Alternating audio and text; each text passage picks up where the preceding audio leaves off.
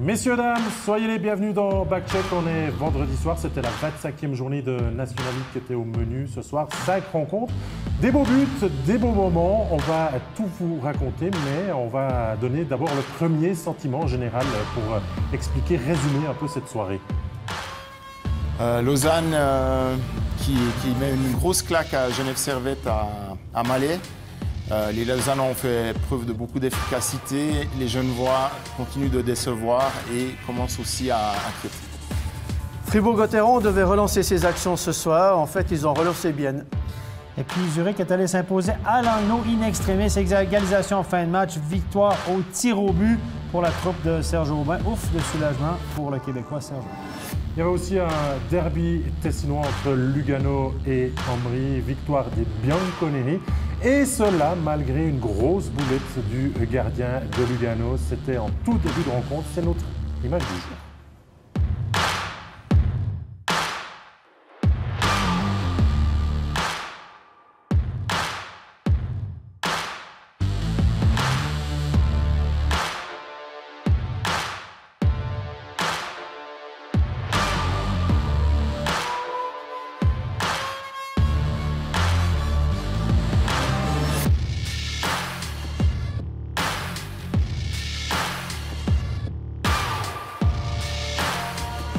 Eh oui, il y a des soirs plus difficiles que d'autres, même quand on s'appelle Elvis Merzlikins. Mais commençons ce backcheck avec une première rencontre au menu, celle que vous avez suivie, en tout cas la fin des prolongations et la séance de tir au but, c'est Langnau face à Zurich. Mais avant d'en arriver là, eh bien, il y a eu match et un match plutôt sympathique à suivre avec des Emmentalois qui, dans leur fief Freddy de l'Île-Fils, ont fait parler, on va dire, leur force en premier et leur force de frappe offensive. Dostoïnov pour le 1-0. Il y aura le 2-0 de Pessonen derrière. C'était le début de match idéal pour jouer Zurich. Oui, un début de match idéal. Langnau qui a mis de la pression dès le début de la rencontre face à un ZSC quelque peu apathique. Et puis on voit Dostoïnov qui a profité d'une erreur de Peterson pour l'ouverture du score.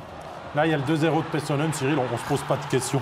Là, c'est slap shot à 2 mètres du gardien. Ouais, là, en effet, on voit que c'est un joueur qui est en pleine confiance. Là, il ne réfléchit pas, il tape dans le tas. Et puis, en plus, il vise quand même bien la lucarne. Donc, un but superbe. Il y a tout qui tourne pour le puck est comme ça. Il donne une tape dessus, a fini tip-top dans la lucarne, dans le petit filet. C'est incroyable. Non, mais lui, il est chaud bouillant. Hein? Ouais, il est chaud bouillant. Harry Pessonen, comme quoi le fait d'avoir changé de crèmerie, elle lui a donné un nouvel élan. Mais voilà, 2-0. C'est peut-être le score le plus difficile à gérer. Et Zurich va en profiter tout d'abord en powerplay pour réduire le score. Et les Zurichois, Stéphane, peuvent dire merci aux joueurs qui viennent des Getsek Alliance, parce que là, c'est l'étranger Victor Beckman qui réduit le score à 2-1. Qui prend le rebond, mais bonne pièce de jeu. Il y a eu toute une passe en zone neutre. D'abord de Noro, et ensuite on a été au filet avec un rebond. Il faut toujours suivre. Hein. Souvent, on regarde le coéquipier aller au but, on espère qu'il a marqué, mais il faut le suivre parce que le rebond, il peut venir. C'est exactement ce que Backman a fait. On se faisait une réflexion, Cyril, dans cette soirée. C'est fou quand on voit les buteurs à Zurich. Ce n'est pas les noms des leaders qui sont là, sauf Hollenstein là, qui égalise à 2-2. Mais c'est vrai que cette saison, elle est quand même surprenante. On a engagé des grands noms. On a fait venir des Chervenka, des Hollenstein, des Bodenman. Mais c'est les seconds couteaux qui en profitent. Ouais, c'est vrai qu'au cours des derniers matchs, justement, il y a eu des joueurs qui sont à la base des seconds couteaux qui ont marqué les buts décisifs. Mais alors, d'un côté, c'est bon signe pour l'organisation des ZSC Lions parce que ça montre qu'il y a de la relève. Et d'un autre, on peut se demander justement si ce n'est pas là un peu le problème de cette équipe, c'est que les joueurs qu'on attend, en tout cas sur le plan offensif, ont de la peine à faire la différence jusqu'ici, ce qui explique aussi en partie le mauvais classement de Zurich. Ouais. Bon, mine de rien, Hollenstein est top scoreur de Zurich avec son 13e point. 13 points. C'est pas beaucoup. Ça veut dire que tout le monde marque des buts dans cette équipe également. Hein. Tout le monde fait des points.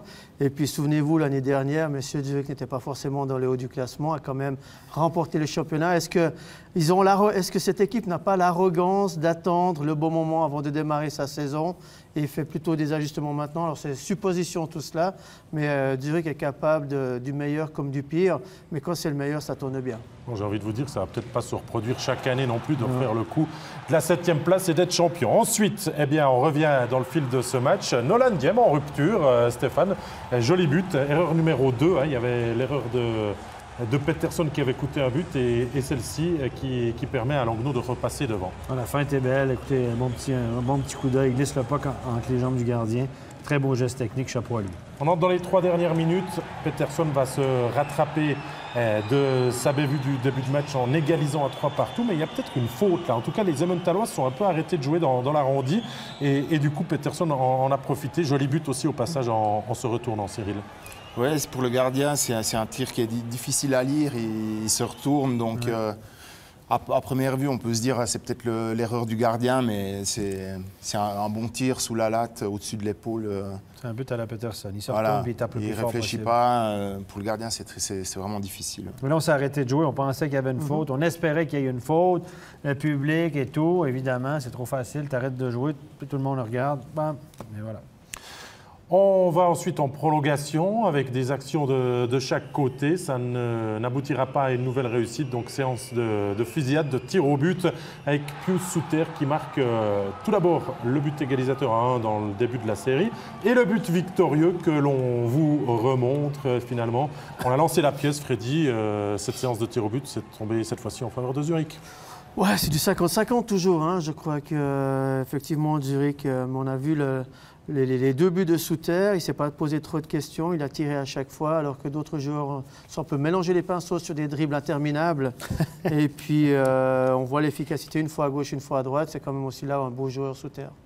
On verra plus tard s'il y a conséquence au classement pour ces 2 formations. 2 points pour Zurich, 1 point pour Langnau. Ça nous permet d'avancer et de venir à notre match studio de la soirée. Fribourg contre Bienne. Un match qui va surtout bien être dans le premier tiers, qui va se jouer dans le premier tiers, même dans les 7 premières minutes de jeu. J'ai envie de dire, Cyril, 1-0. Fuchs en powerplay, 2-0 Fuchs en powerplay. Voilà la force de Bienne ce soir pour construire le début de son succès. Ouais, là c'est vraiment un but splendide. Le puck circule très vite et puis un but important pour Bienne justement de prendre l'avantage à Fribourg où historiquement les Biennois ont toujours beaucoup de peine, surtout au premier tiers-temps. Stéphane, Bienne c'est l'équipe la plus prolifique en powerplay, 22 buts déjà en situation spéciale. On va voir le 2-0. Les adversaires commencent à être avertis que le powerplay de Bienne est une affaire qui roule. Ça a fait mal à Fribourg ce soir. Ils ont eu 4 fois 2 minutes au premier tiers, Fribourg. On a capitalisé 2 fois du côté de Bienne sur ses supériorités numériques. 3 pénalités en zone d'attaque, indiscipline, une pénalité en zone neutre pour rien du tout pour une obstruction. L'indiscipline à Fribourg. Et tu ne peux pas te permettre ça contre Bienne. Ils ont un bon power play. Et puis Fribourg est en doute. Tu commences le match comme ça. Ils ont fait la même chose à Genève. J'étais là pour commenter le match qu'ils ont perdu à Genève récemment. 4 fois 2 au premier tiers. Cette affaire était pliée. C'est le soir qu'Allman a marqué 3 buts. Fribourg n'a pas les moyens de jouer avec le feu comme ça. Ils ne sont pas assez bons pour se dire de toute façon, on va revenir dans le match. Non. Indiscipline. Et puis en 4 contre 5, on n'a pas été très bon. Le calvaire de ce premier tiers n'est pas encore terminé parce que Tony Rayala va aussi marquer, un très très bon buteur du HC Bienne, Freddy, et là ça se complique vraiment pour les Dragons. Oui, très habile Rayala avec un peu de réussite ici, la passe de Pouliot qui passe par-dessus la canne de défenseur fribourgeois, le tir de Rayala qui frôle le poteau avant d'entrer au but. Mais voilà, Bienne est une équipe qui est en verve et puis quand on est en veine, eh bien, on arrive à marquer des buts comme celui-ci ici où tous les Fribourgeois se sont arrêtés de jouer puisqu'il y avait une pénalité différée. Et c'est Salmela qui a profité d'un tir lointain pour battre Berra. Ce but-là, il a fait énormément mal à Fribourg-Gotteron. Un point tournant dans le match. Là, on vous montre le 4-0 parce qu'avant, il y avait eu un bon moment des Fribourgeois. Peut-être la meilleure période dans le deuxième tiers. Cyril, il y a eu 2 tirs sur les poteaux. L'histoire était différente si ça se jouait à quelques centimètres près, finalement. Ouais, Fribourg, en deuxième période, avait besoin d'un but pour rallumer la flamme et puis se relancer. Ils ont manqué de réussite, mais même si la réaction a été là, en fait, la réaction, forcément, on devait s'y attendre, ils jouent à la maison. Fribourg est bon quand ils réussissent à mettre le puck derrière la défense adverse et patiner beaucoup. C'est ce qu'ils ont fait, mais c'était trop tard. En fait, ils ont traîné toute la soirée les 2-3 buts qu'ils ont pris en première période. C'était le premier match du nouvel étranger Charles Bertrand ce soir avec Fribourg-Gotteron. Ça ne s'est pas passé comme voulu pour lui, mais au moins on l'a à l'interview. Écoutez-le. Charles Bertrand, vos débuts avec Fribourg-Gotteron ne se sont pas passés exactement comme vous vouliez? Non, pas vraiment. J'aurais espéré une victoire à domicile. Après, je pense qu'en première période, on se prend trois buts d'un coup. C'est évidemment pas facile de revenir dans un match comme ça. Pourtant, on a bien été poussé par le public, mais on ne devrait pas leur donner un avantage de 3 buts sur notre glace en première période. Comment vous jugez vos débuts personnels? J'essaie juste de me concentrer pour aider l'équipe, essayer de m'intégrer le mieux possible sur la glace pour mes coéquipiers. Donc, je vais faire ça et prendre du plaisir. On a quand même vu avec Motet et Bikov, ça se passait plutôt pas mal. Vous avez réussi à être dangereux, il a juste manqué ce but finalement.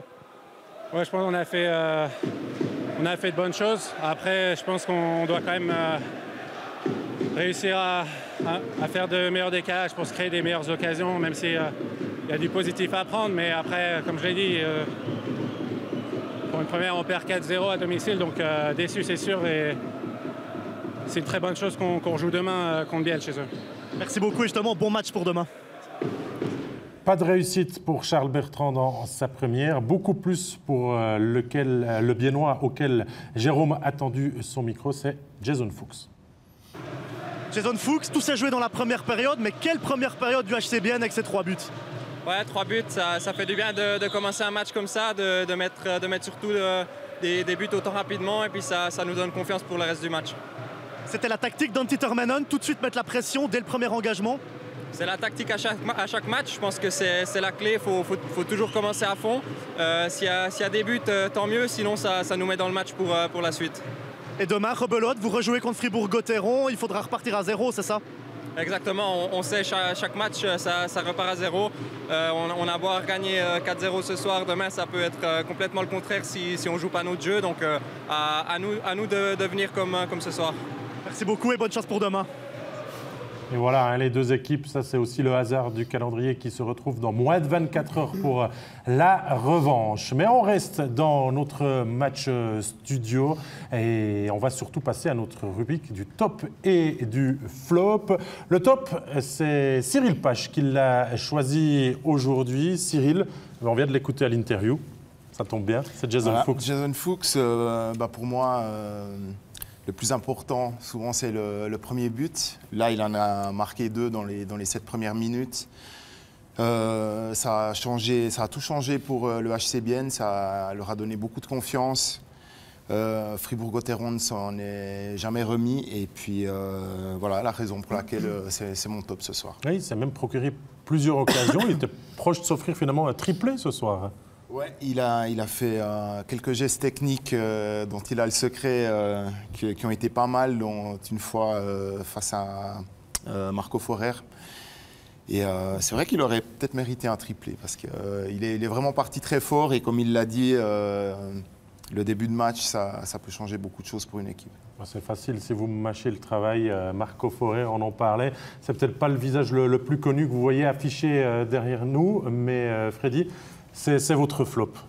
Alors, j'aimerais juste rectifier le flop. On a pris Marco Forer pour la transition parce qu'effectivement, Fuchs a fait un joli geste technique sur lui. Il n'était pas au meilleur de l'image qu'il a donnée sur l'occasion. Ce n'était pas la meilleure des images. Mais pour moi, le flop, ce serait l'ensemble de l'œuvre de Gotteron ce soir, plutôt, avec une absence défensive, une défense perméable qui a laissé beaucoup trop d'espace, une indiscipline qu'a soulevé Stéphane sur des pénalités stupides en zone offensive et en zone neutre également.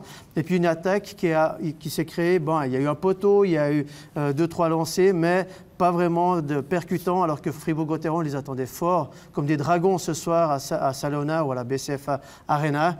Eh bien, on a vu un dragounet.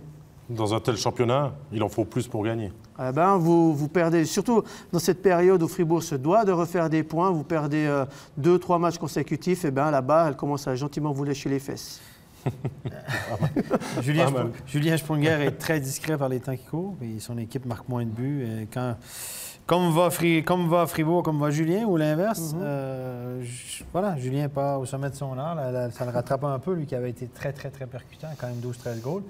Mais voilà, on ne marque pas de but, on manque d'attaque. Ouais. Qu'est-ce qui se passe? Et du coup, eh bien, ça fait 6 défaites en 7 matchs pour Fribourg-Gotteron. Derby lémanique maintenant. Lausanne qui accueille Amalais 2.0 Genève-Servette. C'est un match entre un Lausanne Hockey Club qui est capable de tout cette saison et des Genevois qui, à l'extérieur, ont commencé à trouver la manière de gagner. Et puis regardez comment s'est passée cette rencontre. Ça, c'est un but qui peut faire mal, Cyril, en tout début de rencontre. Genadzi, là, vient nous trouver un espace de fou là, entre l'épaule et le poteau de Robert Mayer. Ouais, c'est un but qui est assez incroyable. Difficile à dire si c'est la faute du gardien ou pas, parce que ce tir est tellement soudain et précis que... Sébastien Beaulieu nous dirait, celui-là, il est pour le joueur, il ne faut pas blâmer le gardien là-dessus. Ouais, j'ai aussi envie de dire ça. Une fois sur 50, ça va passer. Puis c'était la fois sur 50 ce soir, puis c'était pas... Ouais, parce que ce soir, ça allait vraiment pas pour les gardiens. Ça, c'est le 2-0. Ça n'allait pas aller pour Robert Mayer, mais là non plus, on ne peut pas l'accabler. Freddy, le set play, la séquence de jeu de Lausanne est très bien amenée. Non, la triangulation entre les trois Lausannois, là, elle est juste parfaite. Mayer a un temps de retard, certes, mais le puck a bien circulé à une touche. Et puis le lancer de Vermin, sauf erreur, il fallait quand même le faire. La cage était vide, certes, mais il faut quand même toujours le mettre au fond. Et puis là, c'est Sanger qui bat Mayer pour la troisième fois, avec peut-être une déviation du patin de Mercier qui a trompé Mayer. Et puis ça, pour le portier genevois, ce sera le but de trop. 7 tirs pour Lausanne dans les 20 premières minutes de jeu. 3 buts, Cyril. Comment on explique ça Simplement accabler Robert Mayer ne serait pas la bonne explication. Non, ce n'est pas la bonne explication. Mais de nouveau, Robert Mayer, souvent, c'est un gardien qui joue bien, mais à la fin, finalement, il a de la peine à faire les arrêts qu'il faudrait. Ici, sur les buts qu'on a vus, c'est vrai que c'est difficile de vraiment l'accabler. Je crois surtout qu'il n'a pas beaucoup de chance cette saison. Il est souvent aussi placé dans des situations qui sont quand même assez défavorables pour lui depuis le début, avec la plupart des matchs où il est titularisé qui sont à l'extérieur, donc qui sont un peu plus compliqués pour Genève. Mais voilà, après un départ aussi catastrophique, c'est difficile de s'en remettre. Et quand tout va mal pour une équipe, ben de l'autre côté, c'est souvent que tout sourit. Regardez, Genadzi le lancé, déviation de Kennins, là, que Gauthier Desclous, Freddy qui était entré en jeu, là, ne peut rien pour le 4e but du LHC. Bon, je dirais qu'il y a quand même beaucoup de similitudes entre le LHC qu'on a vu ce soir et Fribourg-Gotteron. Quand ça rentre, c'est des équipes qui subliment. Fribourg passe 10 goals à Langnau, qui est réputé pour être très défensif et très discipliné. Mais quand il y a des soirs où ça va, eh bien, il y a tout qui rentre. Il suffit de regarder le puck, il rentre tout seul. Et puis pour ce soir, c'était du côté de Lausanne, où Genève a quand même eu un léger sursaut d'orgueil par le biais de ce but de Noah Rod. Mais après, Lausanne a très très bien maîtrisé son sujet. Genève n'a pas eu de gros chapitre. Ouais, ça sera vraiment la seule éclaircie de cette rencontre pour Genève, parce que derrière, eh bien, on va vous les montrer aussi, les réussites suivantes. La note va s'alourdir, Stéphane. On va terminer la rencontre sur le score des 7-1. Il y aura Jeffrey et un doublé de Berchi que l'on va revoir. Le but de Jeffrey, là aussi, c'est facile. Il y a beaucoup d'espace devant. La défense est mise à mal, est prise à défaut. Et Jeffrey se fait un plaisir de marquer son premier but de la soirée. Bon jeu de passe, Berchi à Vermin et Jeffrey bat Desclous côté rapproché. Desclous, honnêtement, les gardiens, là, ce soir, Lausanne a marqué 7 buts sur 23 shoots. À date, là, je ne peux pas blâmer les gardiens, honnêtement. C'est un soir comme ça, il y a tout qui rentre, tous les bons favorables. Et Berchi va s'illustrer, va y aller de 2 buts. Ouais, justement, dans une large victoire. Moi, Berchi, honnêtement, j'ai un petit peu de peine avec lui. C'est un bon joueur de hockey, mais pas aussi bon qu'on le pense, à mon avis. Et là, il marque 2 buts ce soir, mais 2 buts dans un match où c'est 5-6-1. Bon, je ne veux pas rien enlever, c'est 2 buts quand même chose. Hein. Les amis. Ça va compter pour 2 buts dans les statistiques. Mais pour sa confiance, Cyril, c'est quand même bon à prendre. C'est toujours bon à prendre, c'est vrai. Mais pour rejoindre ce que disait Freddy tout à l'heure, c'est vrai que c'est un peu le genre de joueur qu'on voit plus facilement dans les matchs entre guillemets faciles quand tout tourne bien pour l'équipe. Alors qu'une équipe comme Lausanne, justement, aurait besoin de... Justement, quand ça devient plus compliqué d'avoir justement des joueurs qui ont beaucoup de talent offensif, être capables aussi de sortir leur match. Freddy, Genève avait enchaîné 4 victoires. On se disait que ça allait mieux, que la formation de Max Orley se retrouvait. Derrière, ces 3 défaites consécutives, on explique comment? Bon, Lausanne est dans une bonne période également. Il faut aussi donner du crédit à Lausanne. Et puis c'est clair, quand il y a tout qui va bien à Lausanne, c'est une équipe qui est très difficile à contourner. Et puis dans la 3e période, je dirais que Genève a laissé peut-être aller aussi ce match en prévision d'un match demain soir qui sera tout autant important. Oui, demain soir du côté de Zurich. On va passer aux interviews, à commencer du côté de l'équipe gagnante et à domicile ce soir. On parle bien sûr du capitaine Étienne Froidevaux. Étienne Froidevaux, victoire très large du Lausanne Hockey Club contre Genève. Vous vous attendiez à ce genre de scénario? Non, sûrement pas. On savait qu'il va avoir beaucoup d'énergie dans le stade. Le public, c'était fantastique. Et puis nous, on a pu profiter des émotions et puis de l'énergie. Et puis c'est clair, si tu marques 3 buts dans quelques minutes, ça aide. C'est une victoire qui fait aussi du bien au niveau comptable, notamment au classement dans une ligue qui est extrêmement serrée. Comment vous voyez ces 3 points de plus?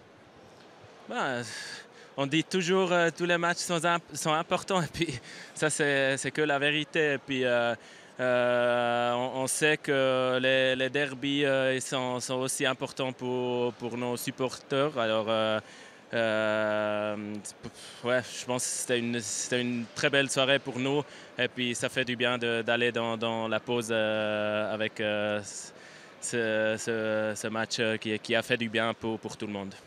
Merci beaucoup Étienne Froidevaux.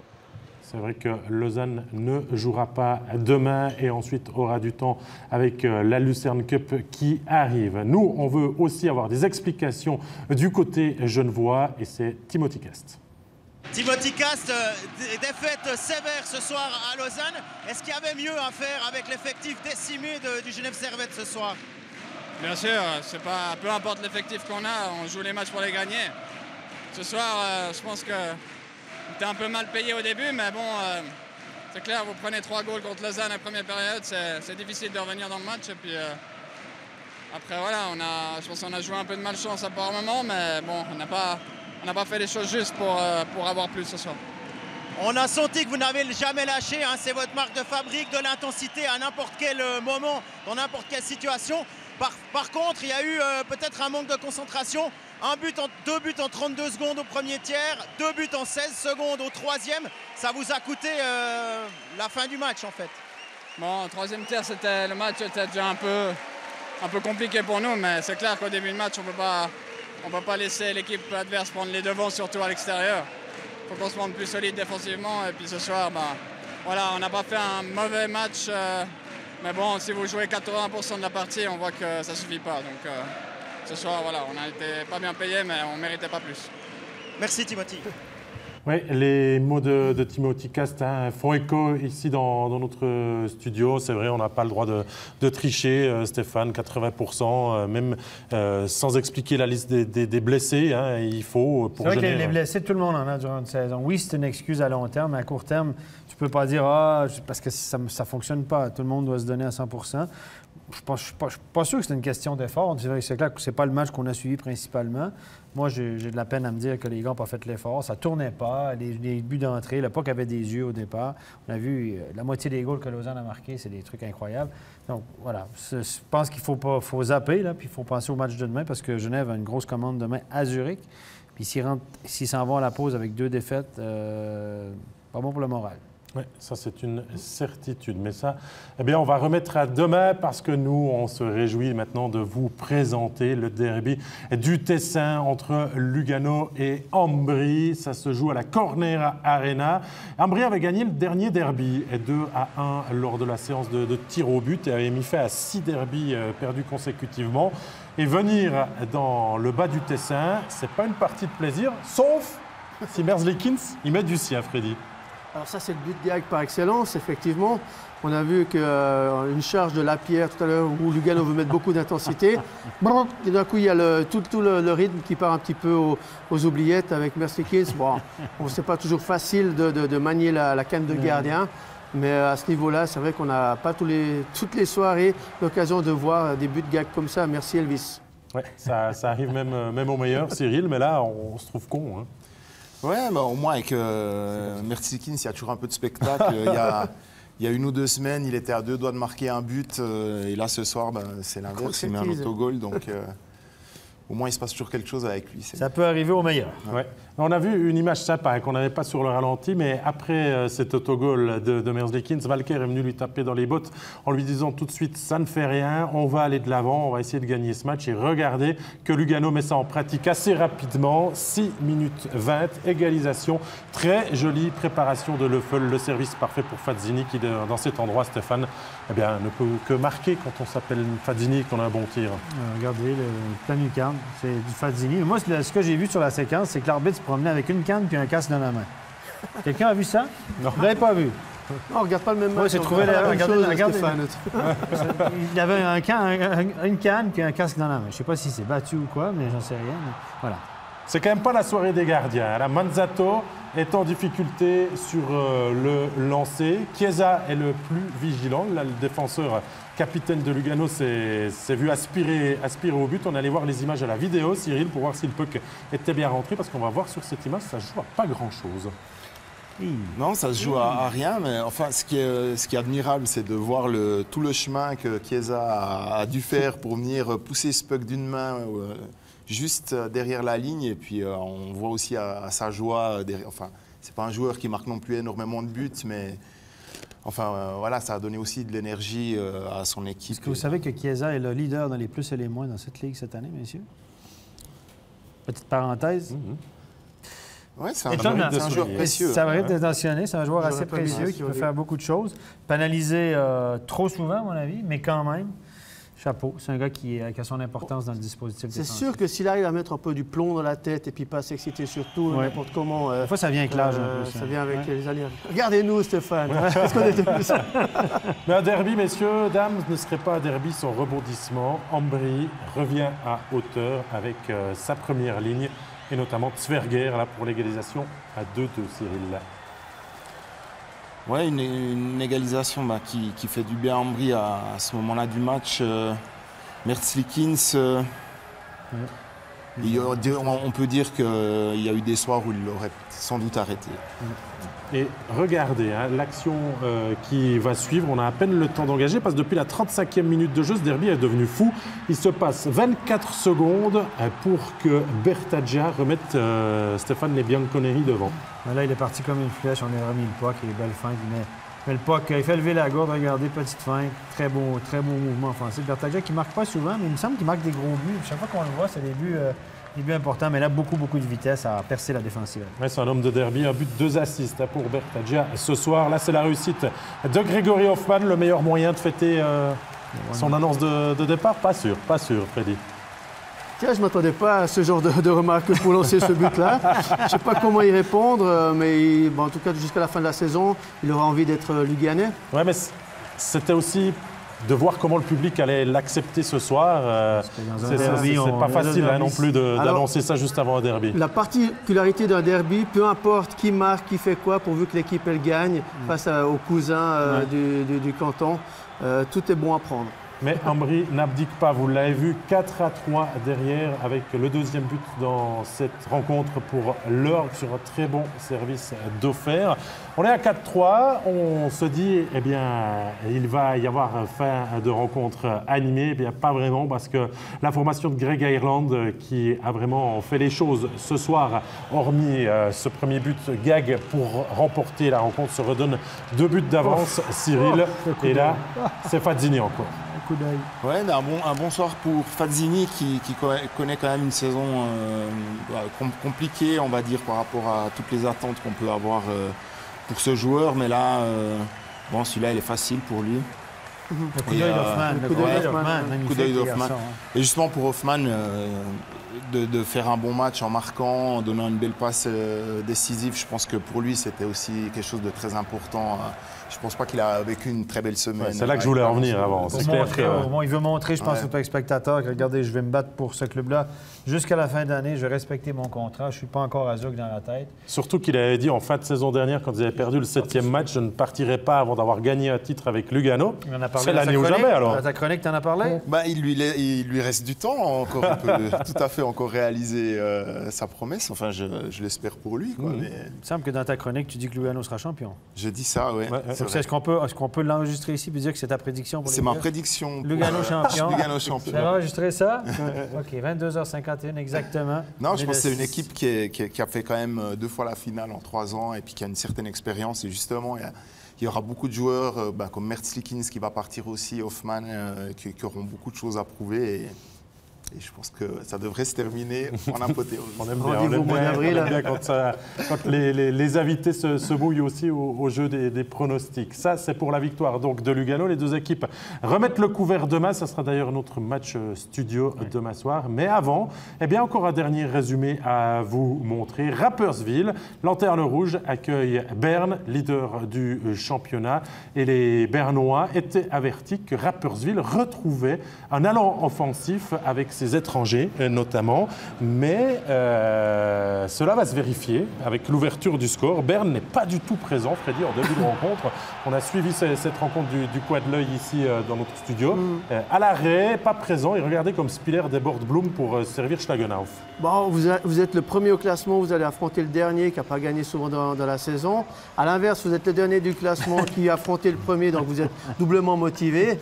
Donc on remet un petit peu l'église au milieu du village et puis dès la fin de la première période, tout ça s'est assez rapidement rééquilibré. Mais c'est vrai qu'en début de match, on s'inquiétait pour le CP Berne. On s'inquiétait, mais pas vraiment. Juste parce que pas longtemps. Voilà, pas très longtemps. Parce que regardez, quand Berne veut accélérer, Berne le fait. Ça commence avec la réduction du score d'un solide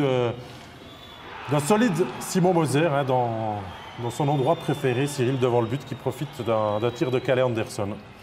Ouais, disons que là, il est bien seul. Et puis c'est vrai que quand il se retrouve aussi près du but, sans opposition, c'est un but facile pour lui. Et Berne enchaîne juste derrière, moins de 2 minutes après, Marc Arcobello, le top scorer qui va aller d'une réussite supplémentaire dans son championnat. Arcobello, c'est son 12e but, son 27e point, service Bourron. Il profite aussi d'un rebond de Niffler, Stéphane. Oui, un rebond de Niffler, mais il est tellement habile. Regardez, l'avez-vous accéléré? Il a battu son couvreur en 2 enjambées. Et la patience, il y a beaucoup de joueurs qui auraient tapé dans le paquet, précipité leur geste. C'est tellement un fin renard, tellement habile. Regardez bien, regardez là, hop, on va juste contourner, hop, tout va bien. Quel beau joueur, ce Marc Arcobello. Il a l'air très suffisant dans son attitude. Moi, je le regarde aller, je me dis, il a l'air de se prendre pour un autre, comme on dit en bon québécois. Il a l'air de se penser. Mais ce qu'il est bon, il a l'air au-dessus de son truc. Il a l'air de dire, moi, je suis ici, je suis payé pour jouer au hockey, je joue au hockey, j'ai pas d'émotion. Mais ce qu'il est bon, c'est Arcobello. Il est surtout très bon pour récupérer tous ces pucks qui traînent devant les buts. C'est sûr que ça finit toujours sur sa palette. Mais sur cette action de but, on a pensé que Berne était à 5 contre 4, alors que c'était un 5 contre 5. Et puis c'est là que Rapperswil a eu tort. On sait qu'il y a Arcobello qui est sur la glace, donc on ne va pas prendre de risques, on ne va surtout pas aller trop près, pas se faire déborder. Et puis c'est justement ce qu'il ne faut pas faire. Trop d'apathie du côté de Rapperswil. Et puis dès qu'il y a un petit peu d'espace, ça va. Arcobello, il marque des buts importants, on l'a vu en prolongation, toujours, dans les fins de match, etc. But gagnant ce soir, encore une fois. Et Berne évite le piège du côté du canton de Saint-Gall pour s'imposer chichement 2-1. On n'a pas encore totalement terminé parce que ce soir, dans cette rencontre entre Rapperswil et Berne et dans le derby tessinois, il y a eu 2 séquences qui méritent toute notre attention et surtout ton avis. Stéphane, on commence avec le coup d'épaule ou le coup de coude de Simon Moser sur Cédric Eschler. Regardez bien, ici à mon avis, là, regardez, il va y avoir un contact. Regardez, il sort le coude. Là, il y a quelque chose. Moser, la dernière fois, a été pénalisé de 5 matchs. Puis j'avais dit qu'il n'y avait rien. Mais là, il y a quelque chose. À mon avis, là, il y a quelque chose. Il s'en est tiré la dernière fois avec raison. Je pense qu'il n'y avait pas de suspension à donner. Mais là, il sait très bien que son adversaire est là, puis il fait vraiment un mouvement du coude et de l'épaule pour le choper contre la tête. À mon avis, il y aura une sanction contre Moser qui sera... Il y aura une enquête et une sanction, à mon sens, en regardant ça, les gars. 2 plus 10 minutes sur cette action, mais il n'y a pas à sortir le coude comme ça. C'est le genre de geste, Cyril, qu'on veut enlever, justement, dans le monde du hockey. Alors moi, je lui laisserais quand même le bénéfice du doute, surtout que je trouve que c'est vraiment un des joueurs qui est vraiment généralement très correct dans cette ligue, même si c'est un joueur physique. Et voilà, pour moi, il n'y a pas grand-chose en fait. J'ai plus l'impression que c'est un peu la match. On va aller trancher avec Freddy alors. Bah ouais, c'est toujours à moi que revient le beau rôle. Moi, je dirais que sur ce genre d'action, moi, ce qui me dérange, c'est que Moser voit très bien que son adversaire a les yeux vers le bas, il a le puck, il est embêté avec, et il en profite pour lui mettre une charge à la tête. Donc juste pour ça, il doit être sanctionné. Il y en a une autre, elle concerne le derby tessinois, je vous l'ai dit juste avant, et un joueur d'Ambry, Jiri Novotny, qui là aussi va écoper de 2 plus 10. Elle est difficile à voir, elle va se passer vers le rond d'engagement. Là. Boum, le choc, il vient chercher le joueur. On n'a pas vraiment de super ralenti à vous proposer, mais là, le joueur ne le voit pas venir, Stéphane. Ça, c'est exactement ce qu'on veut pas voir. C'est blindside, le joueur, il ne le voit pas parce qu'il attend un puck qui vient derrière. Lui, le joueur d'Ambry, il sait que son joueur ne l'a jamais vu. Il sait que le joueur de Lugano ne l'a jamais vu. Il n'y a jamais sa canne sur la glace non plus pour prendre le puck. Il y va, puis il présente vraiment l'épaule. Au lieu de contenir le joueur puis d'aller de face avec son corps, il va vraiment avec son épaule. On n'a pas de gros plan. C'est peut-être ça qui va le sauver, mais il me semble avoir un contact contre la tête. Et ça, c'est exactement ce qu'on ne veut pas avoir. Mon avis, sur ces images-là, je le suspends. Voilà. Cyril?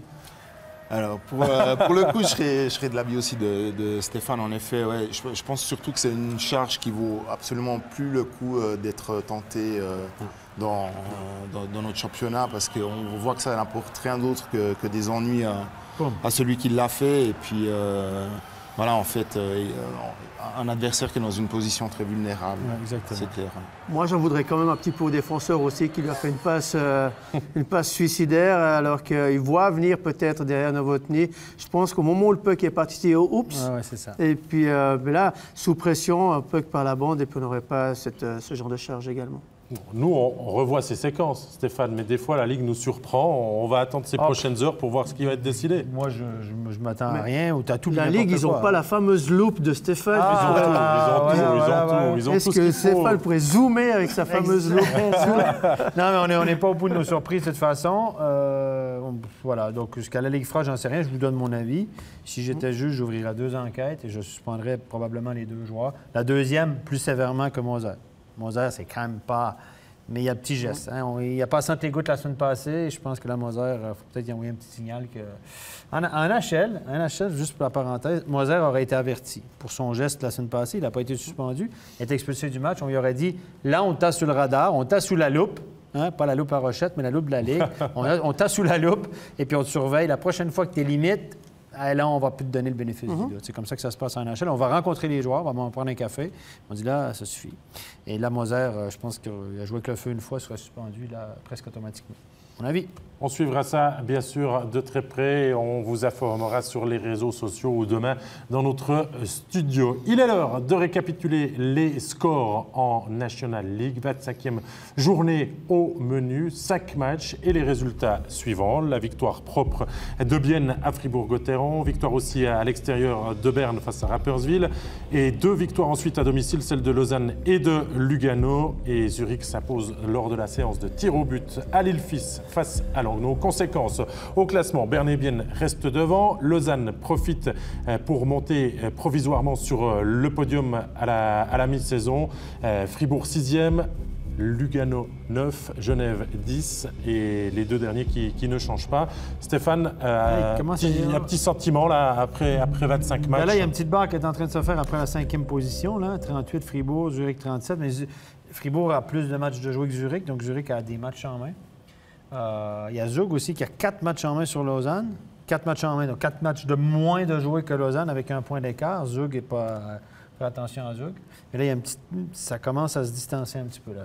Fribourg commence à marquer le pas. Genève marque encore le pas 3 plus bas. Donc, Cyril, il y a des équipes qui peuvent commencer à préparer la suite. Il y a d'autres qui doivent commencer à s'inquiéter peut-être. Pour moi, il y a juste deux équipes qui sont complètement hors course, c'est Davos et Rapperswil. Après, toutes les autres, on l'a vu avec les matchs en moins qu'ont certaines équipes. Avec les séries, il y a beaucoup de séries négatives, donc tout peut être encore être chamboulé d'ici la fin du championnat. Donc quelque part, c'est une bonne chose parce qu'il y aura beaucoup de suspense. Ouais. On jouait également en Swiss League ce soir avec 2 beaux derbys qui étaient au programme et notamment Ajoie face à Chaux-de-Fonds et un seul petit but qui décide de cette rencontre pour la victoire des hommes de Serge Pelletier. Et victoire pour le reste encore à l'extérieur des Getseka Lions et Dalton dans le derby face aux voisins Langenthal et 2-1 Turgovie qui confirme son redressement. On va le voir au classement. Du coup, Chaux-de-Fonds s'envole, 5 points d'avance désormais sur Langenthal, 7 sur le HC Ajoie qui reste 3e. Et derrière, eh bien, on voit que Cloton commence à recoller au peloton de tête, que Turgovie, lui aussi, essaye de suivre le rythme et que ça sera serré entre les Getseka Lions et la Zug Academy. Les Winterthur et Ticino Rockets sont quelque peu distancés. Voilà, on arrive à la fin de cette émission. Un grand merci à Freddy Bobillier, à Cyril Pache, à Stéphane Rochette, au caméraman, à la régie, à tout le monde, à vous, chers téléspectateurs. Et rendez-vous ici même demain soir, 19h25. C'est le derby tessinois entre Ambry et Lugano qui sera au menu. Ça promet. On va travailler fort pour vous préparer une super émission. On espère aussi avoir un super derby demain. Mais d'ici là, passez une très très bonne soirée et revenez en forme pour demain. Bye bye.